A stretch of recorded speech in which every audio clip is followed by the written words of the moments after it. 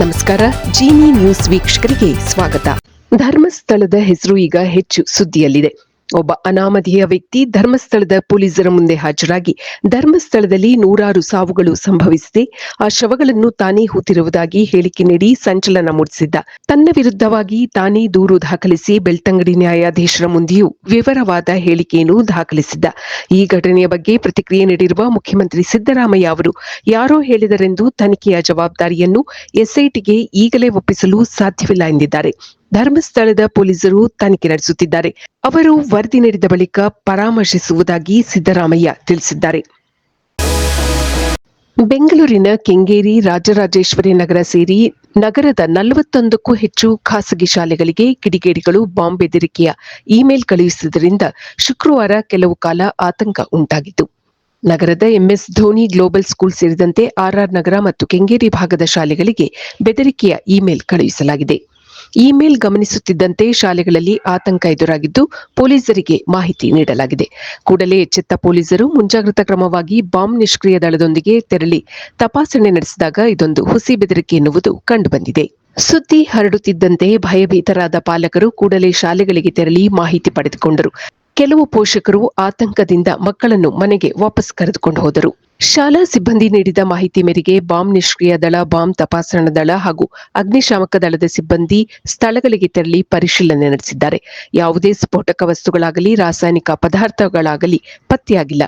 ಇದೊಂದು ಹುಸಿ ಬಾಂಬ್ ಬೆದರಿಕೆ ಎಂದು ಪೊಲೀಸ್ ಮೂಲಗಳು ತಿಳಿಸಿವೆ. ಯಾವ ಸ್ಥಳದಿಂದ ಯಾರು ಈ ಇಮೇಲ್ ಬೆದರಿಕೆ ಸಂದೇಶ ಕಳುಹಿಸಿದ್ದಾರೆ ಎಂಬುದರ ಕುರಿತು ಪೊಲೀಸರು ತಾಂತ್ರಿಕವಾಗಿ ಪರಿಶೀಲನೆ ನಡೆಸುತ್ತಿದ್ದಾರೆ. ಪ್ರಾಥಮಿಕ ತನಿಖೆಯಲ್ಲಿ email domain British Indian Ocean Territory ಮೂಲದ್ದಾಗಿದೆ ಎಂದು ಕಂಡುಬಂದಿದೆ. ಆರೋಪಿಗಳ ಸುಳಿವು ಇನ್ನೂ ಸಿಕ್ಕಿಲ್ಲ. ಬೆದರಿಕೆ ಬಂದಿರುವ ಶಾಲೆಗಳಿಗೆ ಪೊಲೀಸ್ ಭದ್ರತೆ ಕಲ್ಪಿಸಲಾಗಿದೆ. 2024ರಲ್ಲಿಯೂ ಕೆಲವು ಶಾಲೆಗಳಿಗೆ ಬೆದರಿಕೆಯ ಇಮೇಲ್ ಸಂದೇಶಗಳು ಬಂದಿದ್ದವು. 2023ರ ಡಿಸೆಂಬರ್ನಲ್ಲಿಯೂ ಇದೇ ಮಾದರಿಯಲ್ಲಿ ಬೆಂಗಳೂರಿನ 15 ಶಾಲೆಗಳಿಗೆ ಬಾಂಬ್ ಬಿಟ್ಟಿರುವುದಾಗಿ ದುಷ್ಕರ್ಮಿಗಳು ಸಂದೇಶ ಕಳುಹಿಸಿ ಆತಂಕ ಸೃಷ್ಟಿಸಿದ್ದರು. ಕಿಲ್ಲರ್ ಬಿಎಂಟಿಸಿಗೆ ಮತ್ತೊಬ್ಬ ಯುವತಿ ಬಲಿಯಾಗಿದ್ದಾಳೆ. ಪಾದಚಾರಿ ರಸ್ತೆಗೆ ಬಸ್ನ ನಿರ್ವಾಹಕ ನುಗ್ಗಿಸಿದ ಪರಿಣಾಮ ಯುವತಿಯೊಬ್ಬಳು ಸಾವನ್ನಪ್ಪಿ ಇತರ 3 ಗಾಯಗೊಂಡಿದ್ದಾರೆ. ಈ ಘಟನೆ ಪೀಣ್ಯ 2ನೇ ಹಂತದಲ್ಲಿ ನಡೆದಿದೆ. ಬಸ್ ಅನ್ನು ರಸ್ತೆಯ ಮಧ್ಯೆ ನಿಲ್ಲಿಸಿ ಡ್ರೈವರ್ ಬಸ್ನಿಂದ ಇಳಿದು ಹೋಗಿದ್ದರು. ಬಸ್ ಅನ್ನು ಸರಿಯಾಗಿ ಪಾರ್ಕಿಂಗ್ ಮಾಡಲು ಬಸ್ನ ಕಂಡಕ್ಟರ್ ರಮೇಶ್ ಪ್ರಯತ್ನಿಸಿದ್ದಾರೆ. ಆದರೆ ಬಸ್ ನಿಯಂತ್ರಣಕ್ಕೆ ಬಾರದೆ ಫುಟ್ಪಾತ್ಗೆ ನುಗ್ಗಿದೆ. ಫುಟ್ಪಾತ್ ಮೇಲೆ ನಡೆದು ಹೋಗುತ್ತಿದ್ದವರಿಗೆ ಗುದ್ದಿ ಒಂದು ತಳ್ಳುವ ಗಾಡಿ ಹೋಟೆಲ್ಗೂ ಹಾನಿ ಮಾಡಿ ನಂತರ ಬಸ್ ಮರಕ್ಕೆ ಅಪ್ಪಳಿಸಿದೆ. ಬಸ್ ಡಿಕ್ಕಿ ಹೊಡೆದ ಪರಿಣಾಮ ಸುಮಾ ಎಂಬ ಯುವತಿ ಸ್ಥಳದಲ್ಲಿಯೇ ಸಾವನ್ನಪ್ಪಿದ್ದಾಳೆ. ಇತರ 3ರನ್ನು ಖಾಸಗಿ ಆಸ್ಪತ್ರೆಗೆ ದಾಖಲಿಸಲಾಗಿದೆ. ಬಸ್ ಹೊಡೆದ ರಭಸಕ್ಕೆ ತಳ್ಳುವ ಗಾಡಿ ಹೋಟೆಲ್ ಸಂಪೂರ್ಣವಾಗಿ ನಜ್ಜುಗುಜ್ಜಾಗಿದೆ. ಗ್ರಾಹಕರಿಗೆ ತಯಾರಿಸುತ್ತಿದ್ದ ಖಾದ್ಯಗಳೆಲ್ಲ ಮಣ್ಣು ಪಾಲಾಗಿದೆ. ಗ್ಯಾಸ್ ಸ್ಟೋವ್ ಪೈಪ್ ಕಿತ್ತು ಹೋಗಿ ಬೆಂಕಿ ಕೂಡ ಹತ್ತಿಕೊಂಡಿತ್ತು. ಆದರೆ ಪುಣ್ಯಾವಶತ್ ಸಾರ್ವಜನಿಕರು ತಕ್ಷಣವೇ ಬೆಂಕಿಯನ್ನು ನಂದಿಸಿದ್ದಾರೆ. ಇಲ್ಲದಿದ್ದಲ್ಲಿ ಮತ್ತಷ್ಟು ದುರಂತಗಳಾಗುವ ಸಂಭವವಿತ್ತು. ಪೀಣ್ಯದ ಪೊಲೀಸರು ಕಂಡಕ್ಟರ್ ರಮೇಶ್ರನ್ನು ಬಂಧಿಸಿದ್ದಾರೆ. ಬಿಎಂಟಿಸಿಯ ಕಂಡಕ್ಟರ್ ರಮೇಶ್ಗೆ ಬೇರೆ ಬಸ್ಗಳನ್ನು ಓಡಿಸಿ ಅನುಭವವಿತ್ತು. ಆದರೆ ಎಲೆಕ್ಟ್ರಿಕ್ ಬಸ್ ಅನ್ನು ಓಡಿಸಿದ ಅನುಭವವಿರಲಿಲ್ಲ ಎಂದು ತಿಳಿದು ಬಂದಿದೆ.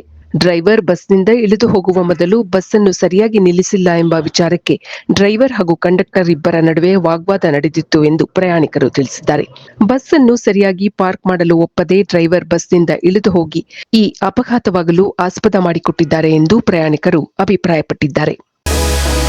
ಇದು ಈ ದಿನದ ಸುದ್ದಿಗಳು. ನಿರಂತರ ಸುದ್ದಿಗಳಿಗಾಗಿ ವೀಕ್ಷಿಸುತ್ತಿರಿ ಜೀನಿ ನ್ಯೂಸ್. ನಮಸ್ಕಾರ.